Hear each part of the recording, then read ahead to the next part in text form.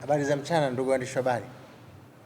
Karibuni kwenye mkutano wetu huu ambao ajenda yake ni moja tu, uchaguzi mkuu wa Yanga. Kama mnakumbuka, tarehe 12 mwezi wa 6 mwaka 2026 tulikuwa hapa tukafanya mkutano ambao ulizindua mchakato wa uchaguzi wa matawi. Uchaguzi ule ulitakiwa kuanza tarehe 13 mpaka tarehe 26 mwezi huu. Kwa hiyo tunavyoongea, kuna matawi mpaka sasa yameshafanya uchaguzi, mengine yanaendelea, mengine bado hayajamaliza. Kwa hiyo walitakiwa kumaliza tarehe 26 na watuletee majina tarehe 27 mwezi huu wa 6. Lakini kwenye kalenda ya klabu yetu waliweka mwisho wa kupata ithibati matawi mapya ni tarehe 30 mwezi wa 6. Kwa hiyo yale matawi ambayo bado hayajapata ithibati yatapata tarehe 30. Hayo tumeyapa wiki moja kutokea tarehe hiyo yafanye uchaguzi mpaka tarehe 7 mwezi wa 7 wamemaliza, na tarehe 8 mwezi wa 7 mwaka 2026 watuletee majina ya viongozi hapa makao makuu ili sasa tuendelee na mambo ya uchaguzi mkuu. Wakati huo huo, napenda kuchukua fursa hii sasa kutangaza uchaguzi mkuu wa klabu ya Yanga. Mchakato wa uchaguzi wa klabu ya Yanga utaanza leo kwa kamati ya uchaguzi kutangaza mchakato, na kesho fomu zitaanza kuchukuliwa. Nafasi zitakazogombewa ni ya rais, makamu wa rais na wajumbe 5.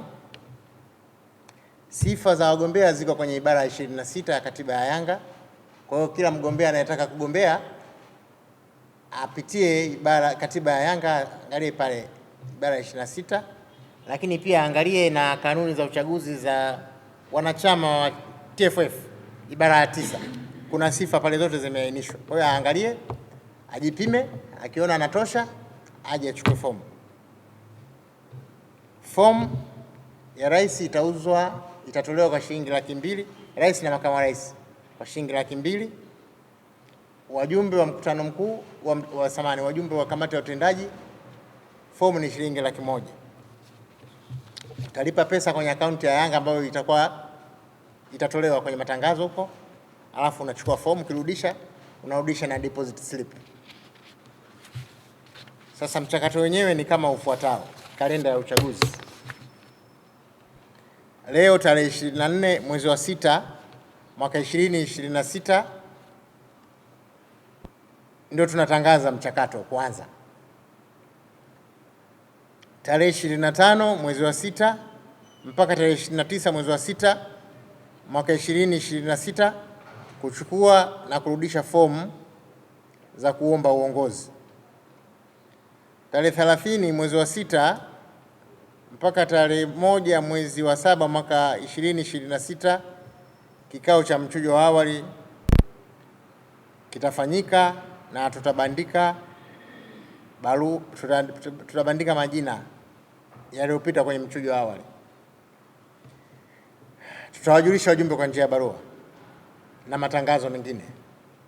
Tarehe 2 mwezi wa 7 tutachapisha kwenye mbao za matangazo na kuweka hizo orodha.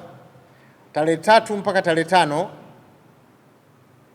mwezi wa 7 2026 ni kipindi cha kugombea, kipindi cha kupokea mapingamizi yaliyowekwa na wagombea. Tarehe 6 mpaka tarehe 8 mwezi wa 7 kamati ya uchaguzi itapitia mapingamizi yote na kufanya usaili kwa wagombea. Tarehe 9 mpaka tarehe 10 mwezi wa 7 kamati ya uchaguzi itatangaza majina ya waliopita kwenye usaili kwenye mbao za matangazo. Tarehe 11 mpaka 13 mwezi wa 7 2026 Sekretarieti ya maadili, kama itakuwa na masuala ya kimaadili kwa wagombea, itawasilisha hayo masuala kwenye kamati ya uchaguzi. ili tuweze kuyafanyia kazi. Tarehe 14 mpaka 16 mwezi wa 7 ni kipindi cha wagombea kukata rufaa kama hawajaridhika na maamuzi ya kamati ya uchaguzi. Watakata rufaa kwenda kwenye kamati ya uchaguzi ya TFF, sababu kamati hii juu yake kuna kamati ya TFF, ndio rufaa zinakwenda pale. Yaani kamati ya rufaa ya TFF, sio kamati ya uchaguzi ya TFF. Tarehe 17 mpaka tarehe 21 rufaa zitasikilizwa kama zipo huko TFF kwenye kamati ya rufaa ya uchaguzi. Tarehe 22 mpaka 23 mwezi wa 7 wagombea na kamati ya uchaguzi kujulishwa uamuzi wa rufaa na kamati ya rufaa ya uchaguzi ya TFF kama zitakuwepo rufaa.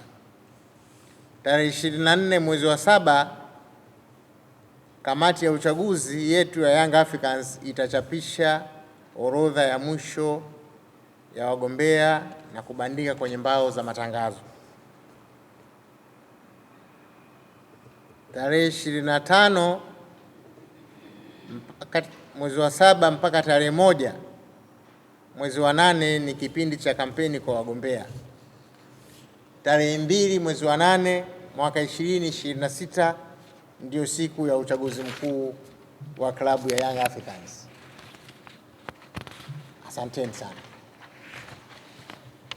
Naombeni kuwasilisha.